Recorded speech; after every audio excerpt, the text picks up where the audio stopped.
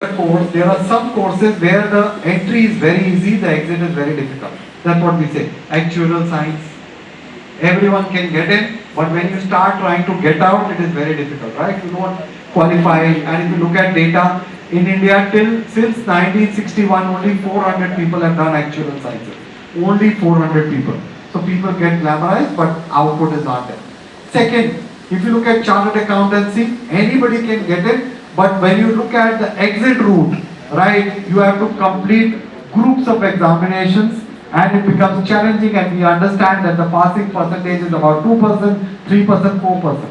So despite the effort you made for 5 years, you realize that you are not graduated or you are not completed and you are suddenly very disappointed and you are not getting a job. So you must look at some professional courses like ACCA and many others to identify a clear-cut, direct route to getting employed, right? And then you can continue to upgrade yourself. मैं एक example देना चाहता हूँ. मैं अभी बात कर रहा था अमित जी से. I met with a student. मेरे पास सूरत से एक बच्चा आया. क्या बोला कि सर मैं Guinness book of world records में मेरा नाम आता है. किस चीज में आता है? Youngest accountant in the world.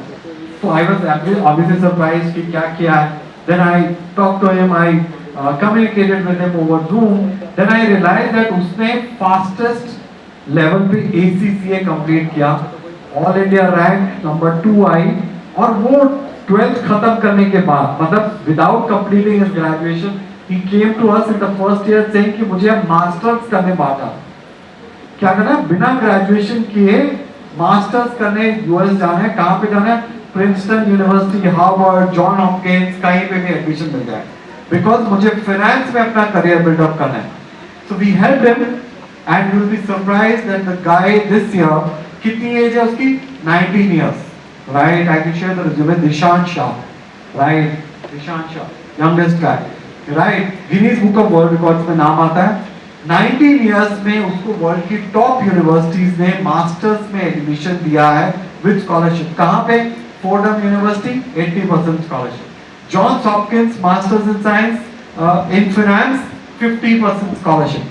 And many other universities he has got it. So which means that by the time he turns 20, he would have graduated from, he would have done ACCA, he would have graduated from as a master's in finance or financial engineering from the top universities in the world. Starting salary क्या expect करते हैं? क्या मिलेगा? $1.8 lakh. Right? Am I making sense? So amazing opportunities which exist. And we can continue talking about a lot of things. I'll be happy to answer any queries you have once the sessions get over as a part of a Q&A. But I think I'd like to wrap it over. But before that, let me take one question and then I'll move on. Anybody has a question? Right? किसी का कोई question? कई बार ज़्यादा questions आते हैं तो ऐसा लगता है कि किसी ने feed किया था कि एक question पूछना है. Right? किसी का कोई question नहीं है? मैं लास्ट पॉइंट बताऊं. Yes sir.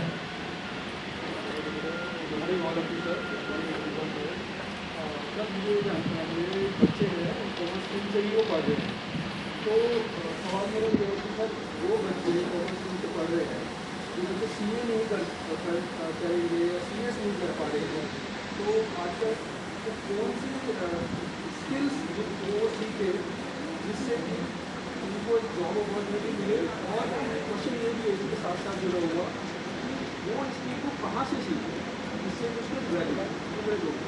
देखिए आज की डेट में किसी भी बच्चे को, चाहे वो कॉमर्स का है, चाहे वो साइकोलॉजी का है, चाहे वो बीबीए कर रहा है, चाहे वो इंजीनियरिंग कर रहा है, यदि हमें कंप्यूटर स्किल्स नहीं आती, हमें प्रोग्रामिंग नहीं आती, बेसिक प्रोग्रामिंग या एमएस ऑफिस नहीं आता, तो हमें चैलेंज आने वाला है किसी भी हालत में. For example, let's talk about Paytm. What is Paytm? Is it a finance company और is it a tech company? Zomato हम कहते हैं Zomato is a food company और a tech company. Actually it's a tech company, right? Finance, Paytm is finance and technology, which is fintech, right? That's what they talk about, right? So हमें technology सीखनी जरूरी है. दूसरी हमें बाकी skills, communication skills और human और social skills बहुत जरूरी है. हमें घर में बैठ के, बंद कमरे में बैठ के सिर्फ एक कंप्यूटर साइंटिस्ट ही काम कर सकता है. बाकी सबको लोगों से इंटरेक्ट करना जरूरी है. तो बच्चों को बहुत अर्ली एज पे ये एक रीडिंग हैबिट, एक कम्युनिकेशन की habit, which means they should participate in various extra curricular activities, और कोई ना कोई पैशन डेवलप करना जरूरी है. It's a very difficult world in terms of, I mean, it's a beautiful world, but there are difficulties in that. For an example, the times are changing very fast. कोई continuity नहीं है कि आपने कोई काम करना स्टार्ट किया तो 5 साल बाद वो चलेगा. तो you have to continuously evolve. Artificial intelligence, machine learning की बात करते हैं. आपको मालूम होगा सिंगापुर गवर्नमेंट ने जितने लोग 45 ईयर से ऊपर की एज के थे, गवर्नमेंट एम्प्लॉय सबको बोला 1 साल का ब्रेक लो, जाओ आर्टिफिशियल इंटेलिजेंस सीखो, वापस आ जाओ, बिकॉज हम तभी आपको एम्प्लॉय कर पाएंगे. Which means that you have to continuously upgrade your skill sets. Secondly, commerce के बच्चों के लिए, ह्यूमैनिटीज के बच्चों के लिए, साइंस के बच्चों से ज्यादा ऑप्शंस हैं.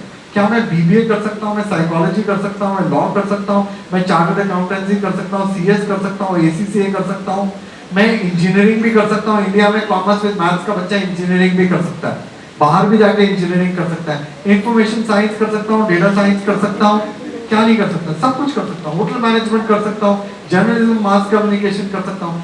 अधा ऑप्शंस है. There are more than 10,000 listed careers in the world. किसी के लिए कोई रोक टोक नहीं है. न्यू एजुकेशन पॉलिसी की बात करें, वर्ल्ड ओवर बात करें, आपके फंडामेंटल्स क्लियर है, आपको क्लैरिटी है, तो आप कुछ भी कर सकते हैं. साइंस का बच्चा कॉमर्स कर सकता है, कॉमर्स का बच्चा, आप देखिए बहुत सारे पुराने जमाने में एक चलन था, हम इंजीनियरिंग करते हैं, उसके बाद एमबीए कर लेते हैं और हम जाके फाइनेंस की कंपनी में जॉब करते हैं. चाहे हम चेतन भगत की बात करें, चाहे हम आशा मोगले की बात करें, किसी की भी बात करें. क्यों करते हैं? बिकॉज लगता है कि एनालिटिकल स्किल्स क्लियर हो गई, फिर जाके हमने फाइनेंस में काम किया. Amazing options exist. Amazing options, and I hope I answered your question. So let me move on, and I think I'll pass on the mic to my colleague. Thank you very much. I'm here. If you have any questions, you're most welcome to ask me, and I'll be happy to answer. Thank you very much. Thank you.